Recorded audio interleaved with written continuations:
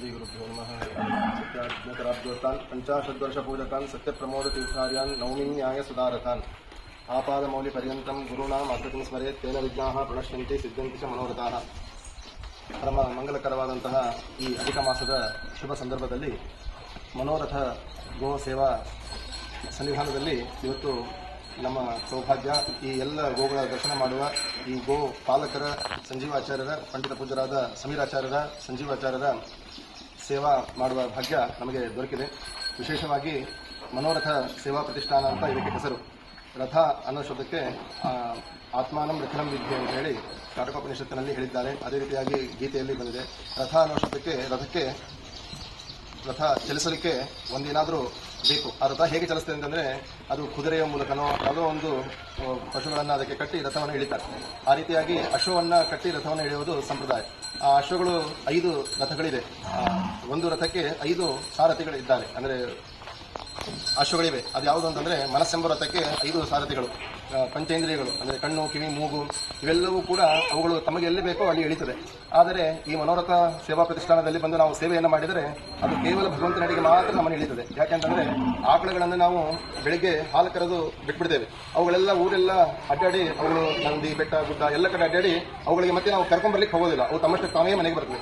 ಆ ರೀತಿಯಾಗಿ ಜೀವ ನಮ್ಮನ್ನು ಭೂಲೋಕಕ್ಕೆ ಬಿಟ್ಟಿದ್ದಾನೆ. ದೇವರು ನಮ್ಮನ್ನು ಈ ಜೀವನನ್ನು ಭೂಲೋಕಕ್ಕೆ ಬಿಟ್ಟಿದ್ದಾನೆ. ಆದರೆ ಆ ದೇವರು ಬಿಟ್ಟಿದ್ದಾನೆ ಖರೆ, ನಾವು ನಮ್ಮ ಇಂದ್ರಿಯಗಳ ಮೂಲಕವಾಗಿ ಎಲ್ಲೆಲ್ಲೋ ಹರಿದಾಡ್ಕೊಂಡು ಹೋಗ್ತಾ ಇದ್ದೇವೆ. ಆದರೆ ನಮ್ಮನ್ನು ಮತ್ತೆ ಒಂದು ಕಡೆಗೆ ದೇವರ ಕಡೆಗೆ ನಮ್ಮನ್ನು ಸೆಳೆಯಬೇಕು.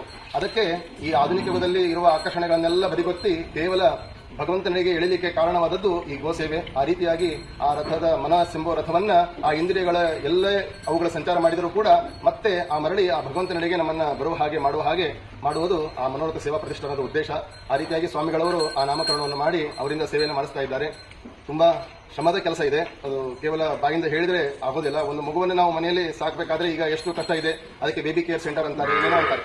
ಸ್ವಂತ ತಮ್ಮ ಮಕ್ಕಳನ್ನ ತಾವು ಸಾಕ್ಲಿಕ್ಕೆ ಇನ್ನೊಂದು ಕಡೆಗೆ ಅವುಗಳನ್ನ ನೋಡ್ಕೊಳ್ಳಿಕ್ಕೆ ಒಬ್ಬರು ಸೇವಕರನ್ನ ಇರ್ತಾರೆ. ಅಂತಹದ್ದು ಎಷ್ಟೋ ಕರುಗಳು ಇಲ್ಲದೇ ಇರುವಂತಹ ಆಕಳುಗಳು, ಕೆಲವೊಂದು ಅಂಗವೈಕಲ್ಯವಿರುವಂತಹ ಆಕಳುಗಳು, ಕೆಲವೊಂದುಗಳಿಗೆ ಯಾವಾಗಲೂ ಹಾಲು ಅವುಗಳ ಉತ್ಪನ್ನ ಬರೋದಿಲ್ಲ. ಕೆಲವು ವರ್ಷಗಳಾದ ನಂತರ ಹಾಲು ನಿಂತು ಬಿಡುತ್ತದೆ. ಆದರೂ ಕೂಡ ತಾಯಿಯು ಹೇಗೆ ನಮ್ಮನ್ನ ತಾಯಿಯಿಂದಾಗಿ ಹೇಗೆ ಉಪಕೃತರು ಹಾಗೆ ಗೋವಿನಿಂದಾಗಲೂ ಉಪಕೃತರು ಎಂಬ ಭಾವನೆಯಿಂದಾಗಿ ಕೇವಲ ನಿಷ್ಕಾಮವಾಗಿ ನೂರಾರು ಹಸುಗಳ ಸೇವೆಯನ್ನ ಅವರ ಅವಿರತವಾಗಿ ಈ ರೀತಿಯಾಗಿ ಮಾಡ್ತಾ ಇದ್ದಾರೆ. ಅವುಗಳನ್ನು ನೋಡಲಿಕ್ಕೆ ತುಂಬಾ ದೊಡ್ಡ ಸೌಭಾಗ್ಯ. ನಾವು ಈ ಮಾಸದಲ್ಲಿ ಮೊದಲನೇ ದಿನದಲ್ಲಿ ಇದನ್ನು ನೋಡಿ ತುಂಬಾ ವೈಕುಂಠ ಲೋಕದಲ್ಲಿ ಶ್ರೀಕೃಷ್ಣ ಪರಮಾತ್ಮನ ವೃಂದಾವನದಲ್ಲಿ ಅಡ್ಡಾಡುವ ಹಾಗೆ ನಮಗೆ ಭಾಸವಾಗ್ತಾ ಇದೆ. ಈ ತುಂಬಾ ಬಿಸಿಲಿನ ಪ್ರದೇಶ, ಯಾರೂ ಇರೋದಿಲ್ಲ. ಕೇವಲ ಜನರ ಮೆಚ್ಚುಗೆಗಾಗಿ ಮಾಡೋದಲ್ಲ. ನೀವು ಇಲ್ಲಿ ಬಂದು ನೋಡಿದ್ರೆ ಗೊತ್ತಾಗ್ತದೆ, ಸುತ್ತಮುತ್ತಲೂ ಯಾರೂ ಇಲ್ಲ. ನಿಮಗೆ ಯಾರ ಜನರು ನೋಡ್ತಾ ಇದ್ದಾರೆ, ಇಲ್ಲ ಯಾವ ಸ್ಟೇಜ್ ಇಲ್ಲ, ಏನಿಲ್ಲ. ಕೇವಲ ಸೇವೆಗಾಗಿ ತಮ್ಮನ್ನು ತಾವು ಮೀಸಲಾಗಿಟ್ಟುಕೊಂಡು ಈ ರೀತಿಯಾಗಿ ದೇವರ ಸೇವೆಯನ್ನ ನಮ್ಮ ಸ್ವಾಮಿಗಳವರ ಆದೇಶದಂತೆ ಅವರ ಅನುಗ್ರಹದಿಂದಾಗಿ ಅವರ ಕೇವಲ ಸ್ವಾಮಿಗಳವರು ಹೇಳಿದ್ದಾರೆ ಗೋಗಳ ಸೇವೆಯನ್ನು ಮಾಡಬೇಕು ಅಂತ ಹೇಳಿ.